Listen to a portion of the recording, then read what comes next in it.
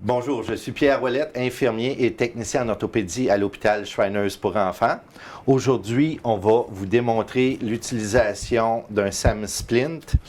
On va immobiliser une fracture de fémur et celle qui va me servir de modèle aujourd'hui, c'est Kenza.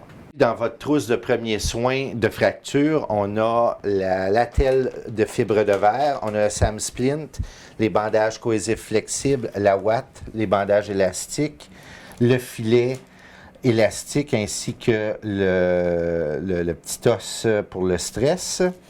Aujourd'hui, ce qu'on va avoir de besoin, c'est le SAM Splint ainsi que le bandage cohésif flexible de 4 pouces. Donc, on a vu dans les vidéos antérieures l'utilisation de la telle de fibre de verre. Les avantages de la telle de fibre de verre, c'est qu'elle vient très rigide dans l'espace de 3 minutes et elle moule parfaitement bien notre blessé. Les désavantages sont qu'on doit l'humidifier, donc on a besoin d'eau, ce qui n'est pas toujours accessible. L'autre désavantage, on a à couper l'extrémité pour pas que le fibre de verre se retrouve directement sur la peau. Et puis, le temps de réaction est 3 minutes. Donc, une fois qu'on l'a humidifié, on n'a pas de temps à perdre. Il faut vraiment aller rapidement pour l'installer. Ce qu'on va voir aujourd'hui, c'est l'installation d'un SAM Splint. Le SAM Splint, c'est une petite feuille d'aluminium qui est quand même assez rigide, qui est à l'intérieur de 2 parties de foam. Donc, tout ce qu'on a à faire, c'est de la déplier, puis de la former approximativement à la forme de la jambe. Donc, je vais essayer d'y donner une petite rondeur, comme ça, qui va en même temps lui donner de la rigidité, pour avoir approximativement la forme de la jambe. L'avantage de ça, c'est que elle est rigide tout de suite, immédiatement en commençant. Donc, on n'a pas aucun eau à utiliser, on n'a pas à se dépêcher pour l'installer.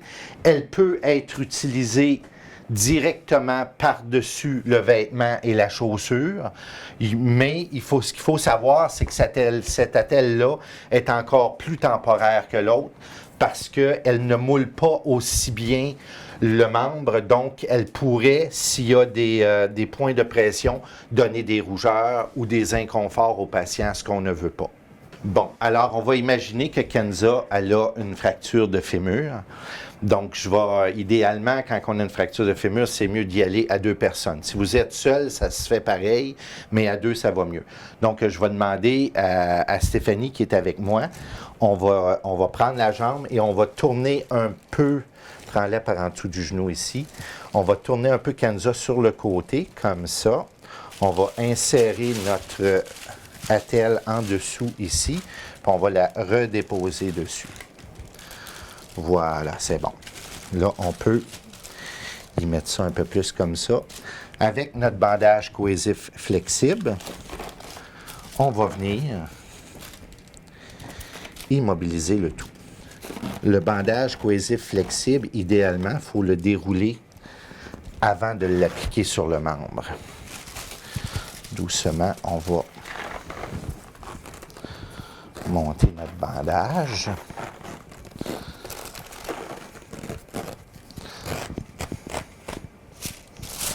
On ne le met pas trop serré pour ne pas couper la circulation sanguine.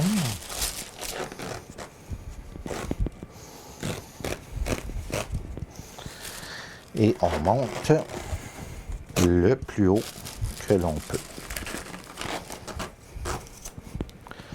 Voilà. Parfait.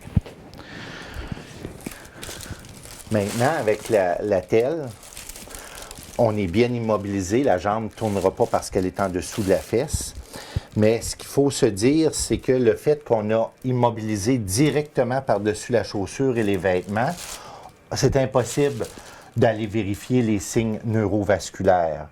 Donc, pour cette raison-là, cette attelle-là, comme on disait, c'est pas pour être installé pour 18 heures ou 24 heures ou 3 jours de temps. C'est pour le temps de partir, s'en aller à l'hôpital. Si votre patiente se plaint d'engourdissement des orteils, c'est qu'on a mis le bandage trop serré. Le seul symptôme dans nos signes neurovasculaires qu'on peut avoir, c'est si la patiente se plaint de engourdissement des orteils. Actuellement, Kenza, tes orteils sont-ils engourdis? Non? Bon. Donc, je répète qu'avec le bandage coévasif flexible, il faut l'appliquer, le dérouler un peu avant de l'appliquer parce que si vous tirez dessus, il y a tendance à faire un garrot. Il faut être extrêmement vigilant pour ça. Une fois que votre attelle est installée, si vous remarquez ici, le genou, il va en hyperextension. Donc, le genou, il penche, il va vers l'arrière de la jambe. Ça peut créer des inconforts pour le patient, ça peut être même souffrant pour la fracture. Ce qu'on conseille, c'est que si vous avez une grosse serviette, un coussin, un oreiller qui est à portée, vous pouvez soulever le membre, puis insérer ça en dessous. De cette façon-là, la jambe demeure plus droite et ça devrait être plus confortable pour la patiente. Comme vous voyez, une fois qu'elle est immobilisée, le genou a tendance à s'en aller vers l'arrière. La jambe n'est plus tout à fait droite, elle est incurvée vers l'arrière. Ça peut amener un inconfort au niveau de la fracture. Ce qu'on conseille, si vous avez accès à un oreiller ou encore à une grosse couverture ou serviette que vous pouvez plier, d'insérer ça en dessous de la jambe, comme ça. De cette façon-là, la jambe est soit plus droite ou un petit peu penchée vers le bas et c'est généralement beaucoup plus confortable pour le patient.